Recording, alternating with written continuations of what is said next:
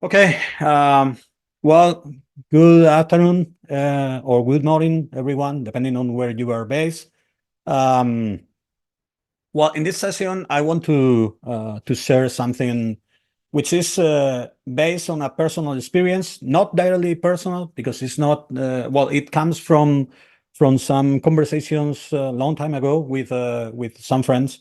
And basically, the moment that the idea of this talk started to appear on my mind was when long time ago, actually, long before I joined Axonic as a developer advocate, and it was during some conversations with some former colleagues and some friends.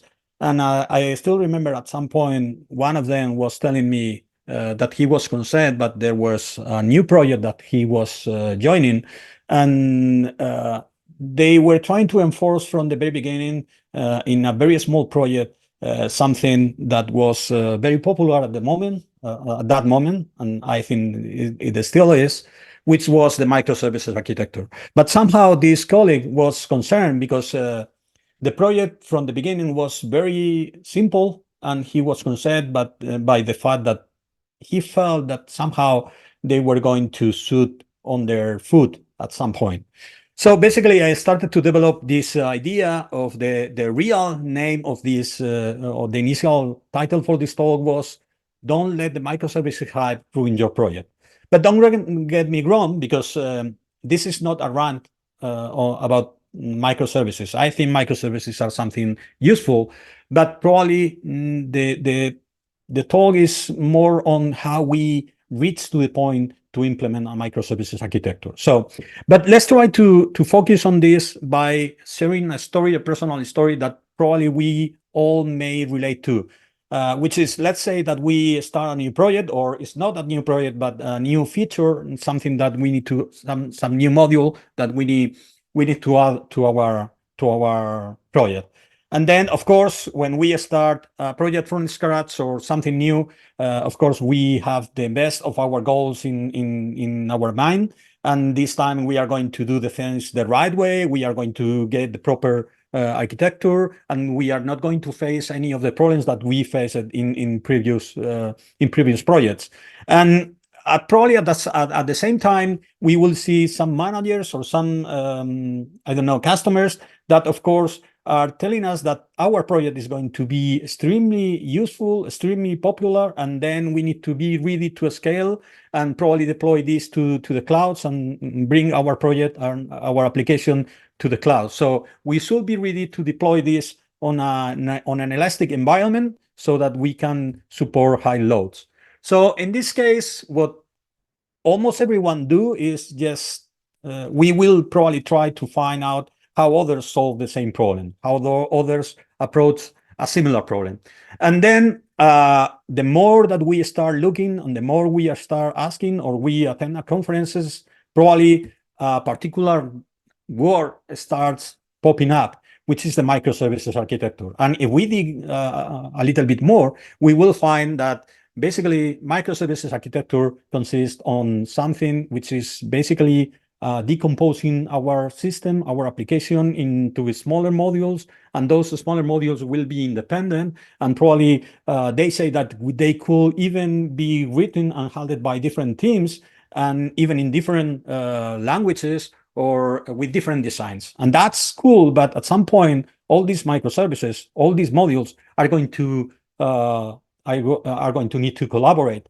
And collaborating means that they need to communicate with other modules or other services to get some information or to provide some more information.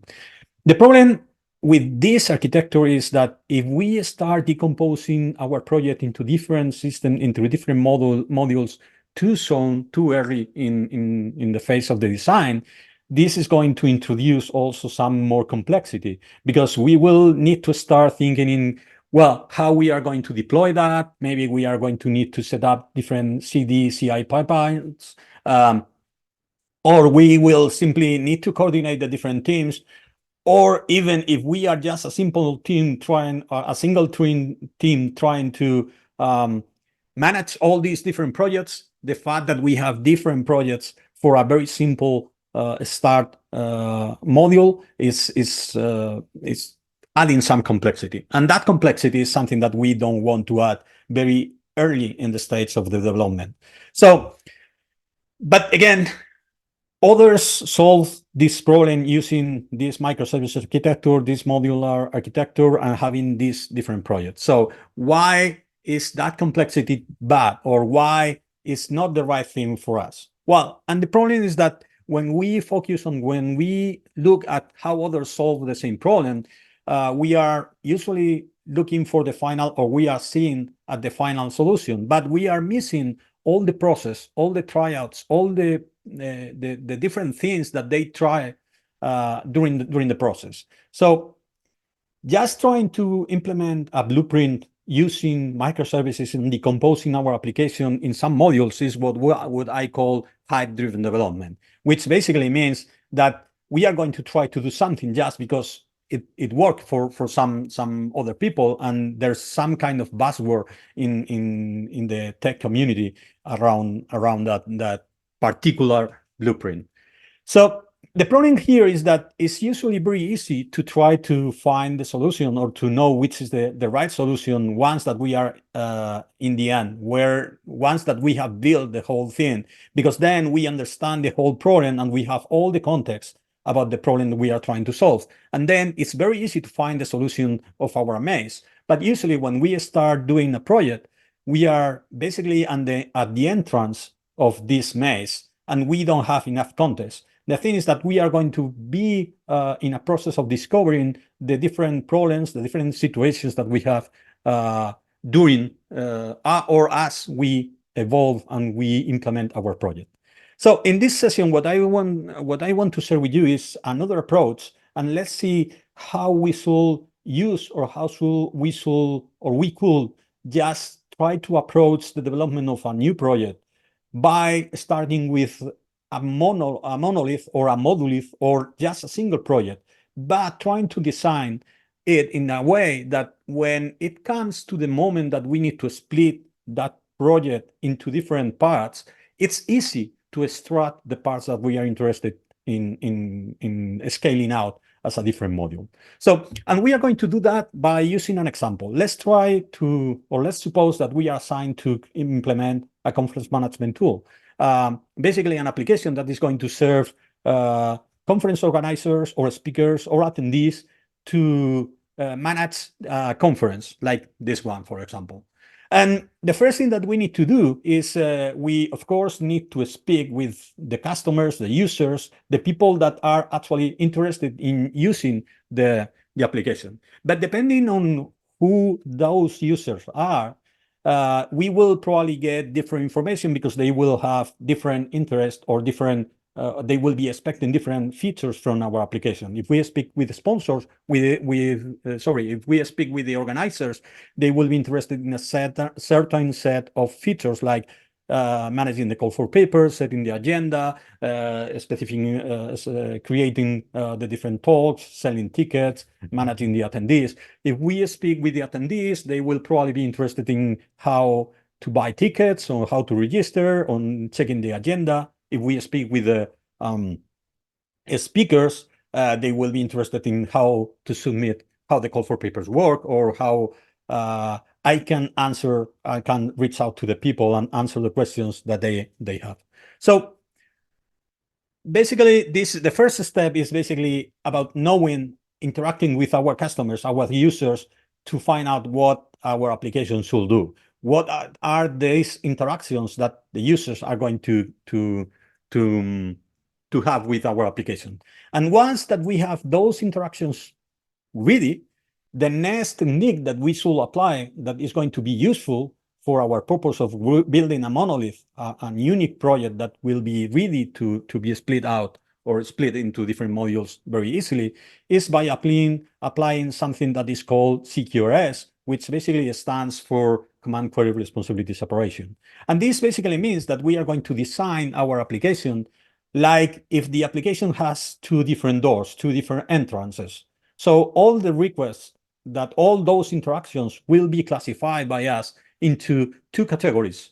which of those correspond to commands and which of those correspond to queries, and we will route those queries through different doors. So in order to understand what a command is, basically we will see that command is an action that is going to change the state of our application. And of course, that application, that state or that change is going to be notified to other modules, but we will get there in a moment. On the other side, the queries are all these interactions that are not going to change anything in our system. They are going to basically retrieve information because the user needs to have some information, but the system is going to be left in the same state that it was before receiving the request.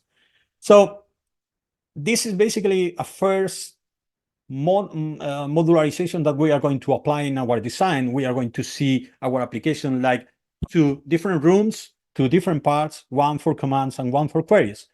And then the next thing is we need to define how we are going to model our application. And in that case, the second technique is very useful, is called DDD. And DDD is very complex. It's something that I'm not going to be able to introduce or explain in just a single talk. I will need probably another talk or a complete conference to explain DDD. But for me, DDD is something that is useful because it's the technique that is going to allow us to have these different boundaries, different contexts that are going to define the dotted lines that we could use to split our system into different modules. But we could use this just to have all the initial design in just one single place. But when we are going to model something, it's very important for me to remind that the model is something that is not any model that we create, any representation of the reality that we create is not 100% accurate. The models are something that are intended to explain something, and they are only keeping the relevant information that is useful for the purpose. So let's see that through our example, because with this we are going to define two different models for our application, one for the command model and then another one for the query model, which in DDD is called projections, but we will get there in a few seconds. Let's start by explaining how the command model is designed. And for the command model, well, the main rule that we should apply is that for all the models, we are going to keep modeling the information, the interactions, with the minimal amount of information that is necessary just to handle that interaction. For example, let's think that we are focusing on our conference management tool on the area, on the tool that is going to be on a chat that is going to be offered to the speakers and audience in order to interact and to ask questions and answer those questions. So probably the organizers are going to be able to send a request to create a chat room. And that chat room will be modeled with just the minimal amount of information that we need to handle that request, which is the name and the description. For example, users and speakers will use another command or another request to join the room, and they will just need to specify who is joining the room and which room are they joining. Or they could be sending the message, and then we require to model only the minimal amount of information for that model. The second thing that we are going to use to model our command model is the concept of aggregate. And basically, the aggregate is a set of objects, a set of things that are going to represent the state of our application, but the state in the sense of how they are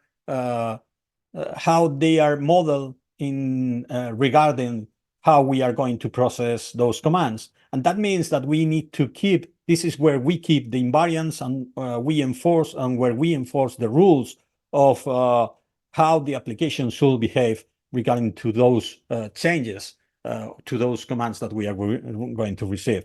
So this aggregate is basically what defines what I said before, the dotted lines, the invariants, and they are just part of the domain, because this It's not the complete domain. It's just the part of the domain that we need to represent something in our application. So, for example, in the case of our chat room, we will probably model our aggregate by using a chat room to represent the different chats that we are going to have, and we are going to define a name and a description for that. But we also have probably a list of users, and then the user could be modeled by an ID and a name, or just by a name, because how we are modeling the user in this case is just keeping the information that is necessary just to define and to check the invariants that we have for the chat room. And in this case, there are also some invariants that we can be enforcing in this case, like, for example, a user cannot join twice to the same chat room, or every chat room should have at least one admin, or these are the kind of things that we need to check in our aggregate. So on the other side, we also have the query model, and the query model is basically how we are going to design our data. But in this case, we are going to align the design of our data not to how we handle the state, but to how we handle the different queries. That means that how we are going to keep the information organized in such a way that is completely aligned to how the users will request that data. So in this case, if we take a look at the list of queries that our users could be sending to our chat room is, for example, if they are going to list the rooms, we are going to just keep the list of rooms with its name, description, and number of members. For example, if we want to have the room messages, we will have somewhere all our information designed in this way. So this is basically how we are going to design our application by modeling differently the two main modules that we have defined in our system. The next question probably is how we are going to synchronize that, because we said that the commands are going to change the command model, but somehow we will need to synchronize and update the projections accordingly. So in that moment is where the third element that is useful in defining our monolith or monolith is useful, and this is the events. The events is the tool, or is the concept that is going to help us to notify that change that happened on the command model, so that the query model, the projections, could be updated.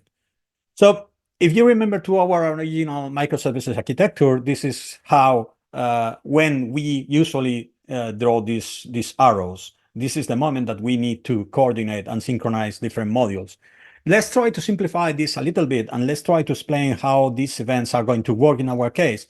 What we are going to do is, on the command model, on the command handler, on the component that is changing the state internally, we are going to break that direct relationship. And what we are going to do is, we are going to generate an event that is representing that change that we already applied on our command model. And then all these components, all these projections that are interested in certain types of events, in certain types of changes, will be subscribed to those events, so that they can update their models accordingly. So the way that we are going to use the events is just to synchronize both worlds, both models. So this is the final picture, and with that, I would love to introduce you another concept that is very useful, which is the concept of event modeling. Event modeling is a set of techniques that allows you to drive all these interactions and conversations with your customers, with your users, with your stakeholders, that is going to allow you to design your system, identifying which interactions correspond to a command, which ones correspond to a query, and then which events are interesting to coordinate and synchronize the different parts of your system. So this is actually something that you need to pay attention. But in the case of events, I'm more interested in this talk in defining also, or focusing on some two concepts that sometimes are confused or are ambiguous, and they are different things. And those concepts are event streaming and event sourcing. And it's important to know how we are going to design or what we are going to use, because our application could have different features or could have different benefits depending on what we are using.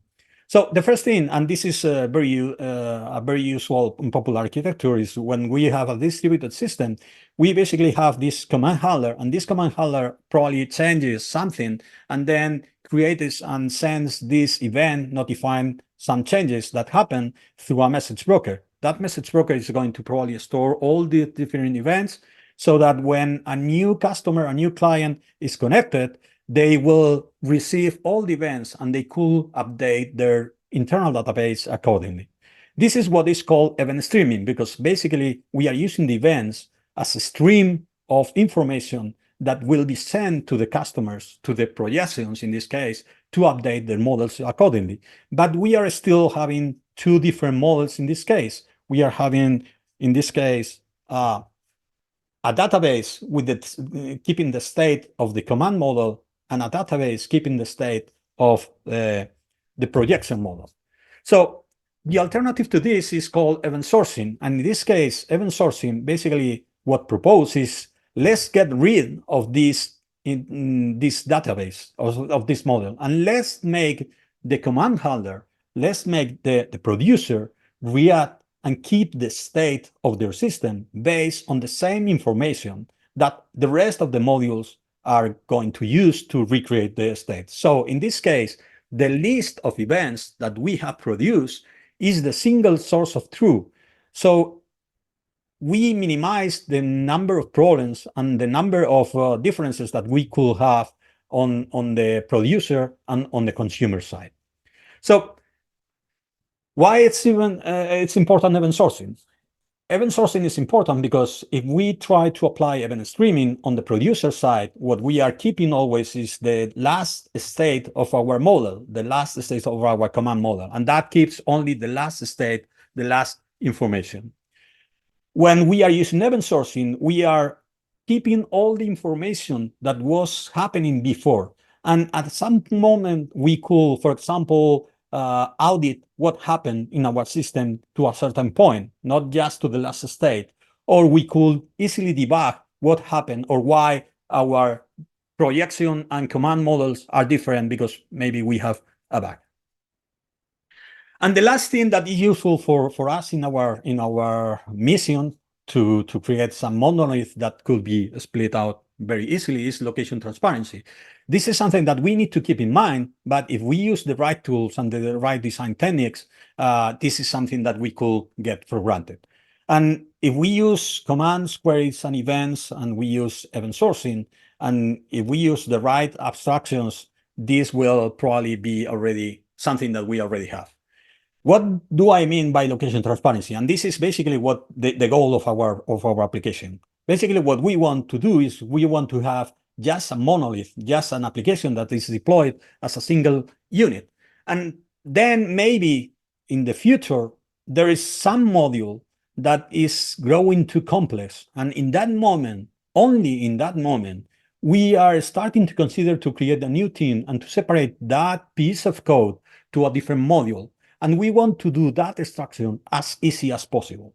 Or it may be the case that we identify that in production, there is certain queries that are having a lot of requests. And we need to extract for deployment, for production, and to deploy those in a different module that we could scale out by creating more instances of just that module. So this is something that we want to do, and we want to extract that code as easy as possible.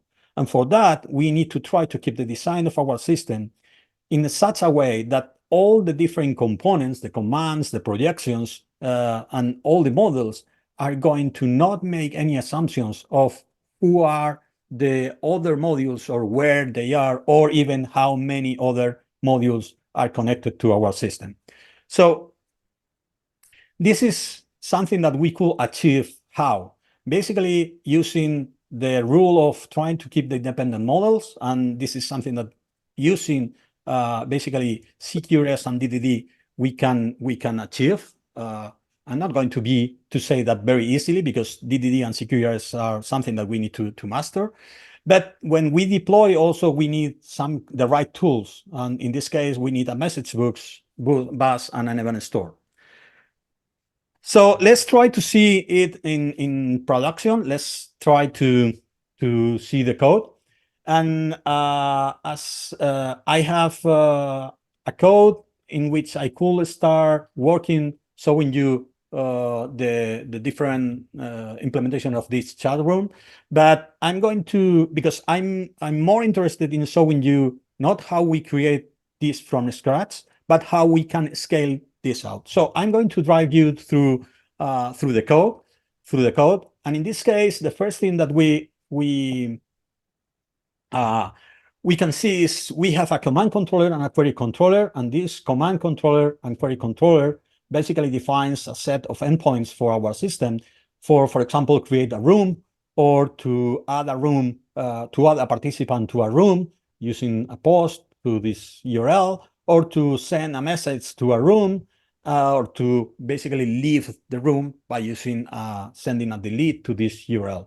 We also have a query controller, which let me get rid of this because this is something that I will show you later on. So this is basically a controller that is going to receive all the interactions that we have identified that correspond to something that are not going to change the state, but with interactions that are going to request some information from the system. So in this case, we are going to have a request to get all the summary information for all the rooms, or the participants in a room, or the messages in a room, or even a subscribing method to keep receiving all the messages, all the new messages on a room. So this is the first thing. The way we are going to implement this is when we need to implement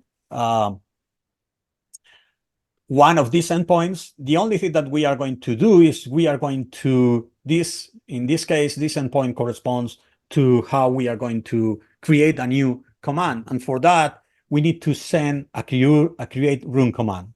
A create room command is something that is modeled in this case, is modeled as Kotlin, data classes, but this is basically very similar to records on Java.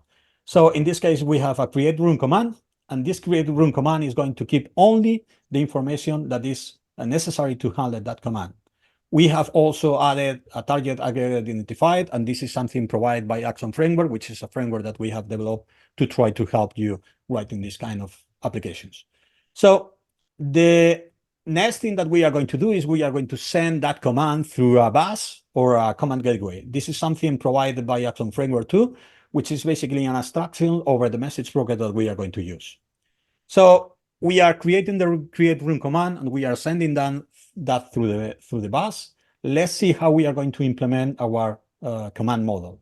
And in our command model, basically, we are going to define the aggregate, which is basically a chat room, and is going to have an identifier, an aggregate identifier, and some information. And here we are going to define different command handlers. The command handlers are the methods that are going to be invoked whenever a command is received or is sent through the command gateway. And in this case, we have implemented a command handler for the create room command, the join room command, and the leave room command. The point here is that our command, because we are using event sourcing here, the command handler are not going to change the state directly. If you see the command handler here, I'm not assigning the room ID to the aggregate. The only thing that I'm going to do is I'm going to validate that I can actually handle the command. And if the command is valid, or the state is valid for processing the command, we are going to send the event. And in this case, this is done through another abstraction that our Action Framework provides, which is called the aggregate lifecycle. And this means that we are going to apply this event. This will mean that Action Framework is going to send those events through the event bus, and are going to be stored on the event store also. So the next thing that we need to do is we can also define an event sourcing handler that is the element that is going to react to all these changes whenever they are produced. But also, this is basically the same thing that we are going to define on our query model. If we pay attention to the room summary, the room summary projection is how we are modeling the query model. In this case, we are defining a component that has a repository, a GPI repository, Spring GPI repository, and basically defines some event handlers that are going to receive the room created event, which is the same event that the command handler sent. And when they receive those events, they're basically going to create the corresponding data aligned with how the query will send the data. And we are going to store that data on our internal database. We will also define a query handler, and the query handler will basically just retrieve the information from the internal database, because that information is already aligned with how the query should be responded. Also, very similarly to how we implemented the command controller, we have also the query controller. The query controller basically defines a query gateway, and for every endpoint, the only thing that we need to do is use the query gateway to send a query. The query is also a message that is keeping the minimum amount of information required to reply to the query.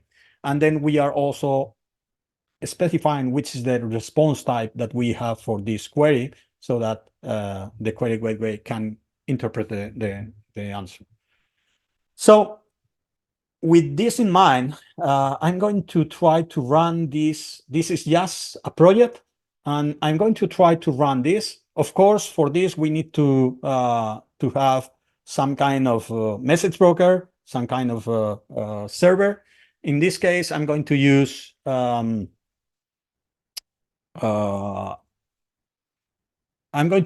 Action Server. Action Server is a message broker on an event store. I'm going to run that under using Docker, but you could also download a jar file and then start on your own system. Action Server is starting. It has already started. And then if I go the first time, I need to finish the installation, because in this case, I'm going to use an standalone application. I'm not going to define I'm not going to use any license or define any cluster. So in this case, I have Action Server already started, and then I'm going to start my application. If I start my scaling out application,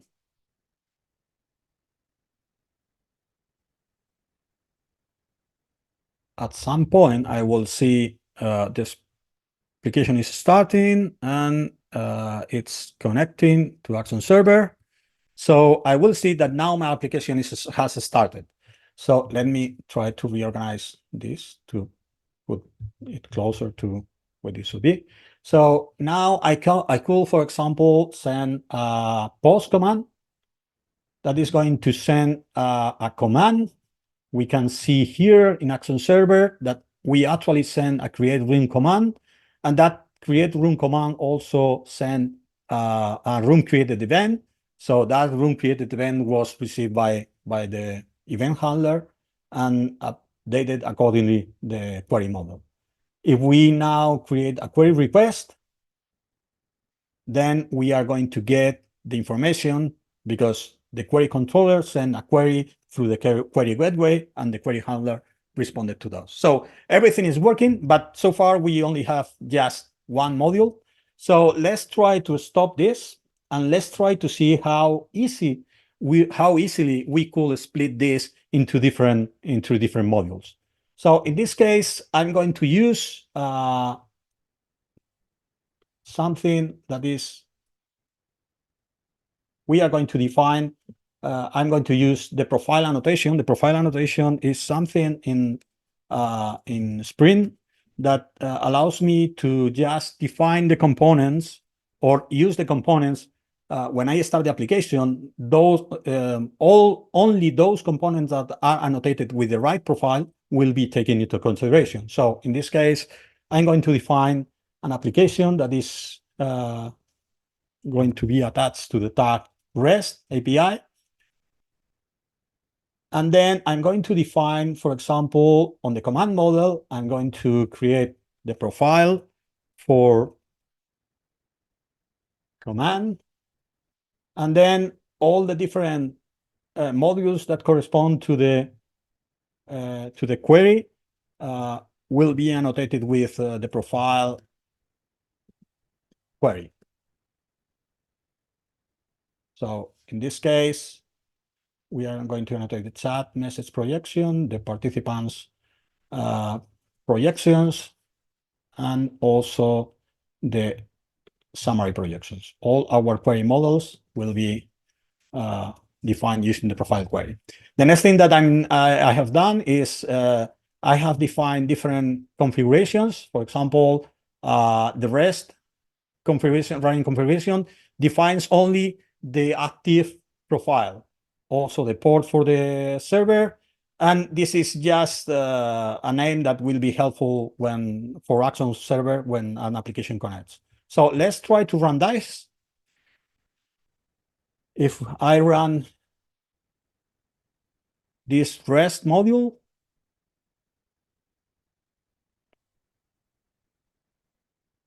I probably could see now that I have a REST API module connected to Action server.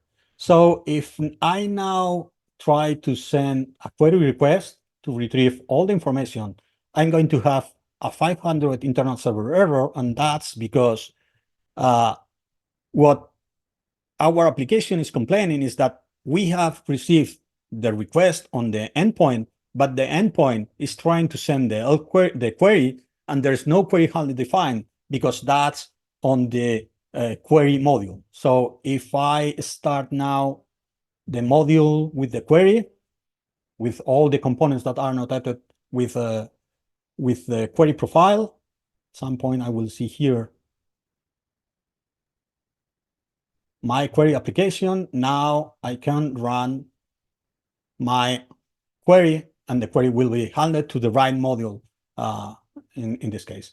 But if I try to send a command to create a new room, that will resolve on a 500 internal server error, just because the same way that we had before, Action Framework couldn't find a handler for the create room command. So let's start the command query module. And then we will see that another module is connected to the Action server. This is starting. Now we can send another command, and that command will be probably updated the list of our rooms. Even further than that, we could, for example, define that specifically we want to define this to be another project. And then I already have this ground summary projection run configuration in which we are going to run this module, and this module is going to contain only the handler for the run summary application. We could even start a second instance of this just by using different profiles, which shows how easily I can split this into different modules. If it's running, then now I have two instances. So that means that if I, for example, go and stop the query module right now, I can still send query requests for all the ROMs query, but if I try to send another query that is handled by another module, I will have a 500 internal server error. So that means basically that we have somehow defined an application. Oops. So in summary, let's try to not use hype-driven development. And whenever we are going to do something, let's try to focus on the techniques that are going to get us there to the final goal. And in this case, CQRS, DDD, and event sourcing are very useful techniques to define our system in such a way that could be modularized. I recently read, well, last summer, I read this book, Your Code as a Crime Scene by Adam Thornton. And it has a quote that I really, well, the book is about debugging your systems. But there's this quote that I really think is aligned with my final idea here, is that don't try to use microservices architecture. And architecture is not just a blueprint. It's just for any architecture, just try to consider which are the principles and modules and techniques that are useful to design that architecture. So in conclusion, let's try to see what tools do we need for writing applications like this. And those are a message broker, an event store, and an unstructured logic for code. In our case, our proposal is to use Action Server as the message broker and event store, but of course you could use some other.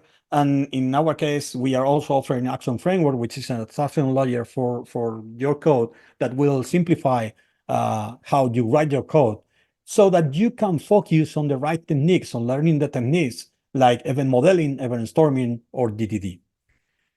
If you want to learn a little bit more about basically how to use event sourcing, there's another talk that I delivered this year at the Spring I/O, which is called Hidden Handles and Traps that you should probably think of.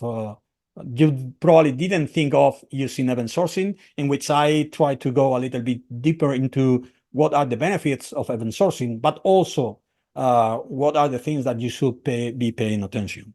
In case that you are able to learn or to listen to some Spanish, there are also a couple of other editions of this same talk in other conferences, and the recordings are also online. And finally, some usable resources. We have an Action Academy in case you are interested in knowing a little bit more about DDD, CQRS, and event sourcing. In Action Academy, we have some free courses, and there are some also paid courses. They are not that much expensive, but if you are interested, and if you go through the free courses and you are interested in more, just reach out to me on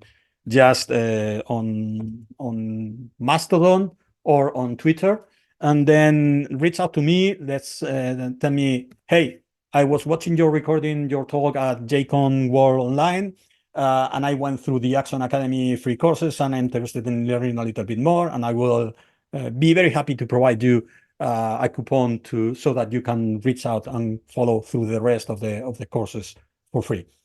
And of course, we have the developer portal at Axon, in which we provide more information. We have a blog post, we have more technical information about Axon Framework and Axon Server, and another tool, which is Axon Synapse, that may be useful if you are not coming from the Java world to use also Axon Server.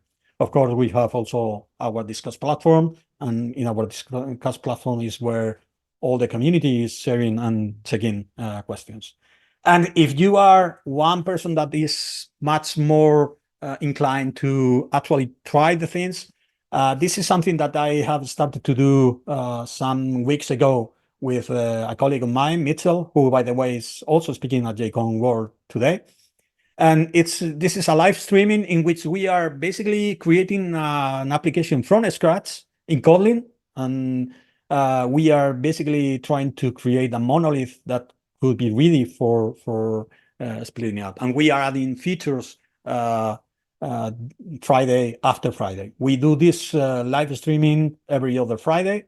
Last episode was last Friday, so next one will be next Friday. But you can watch all the episodes in all the previous episodes in our playlist. So that's basically it. That's what I wanted to share. I don't know. I think we have 1 minute or a couple of minutes for questions. Otherwise, I will still be around if you want to ask me anything.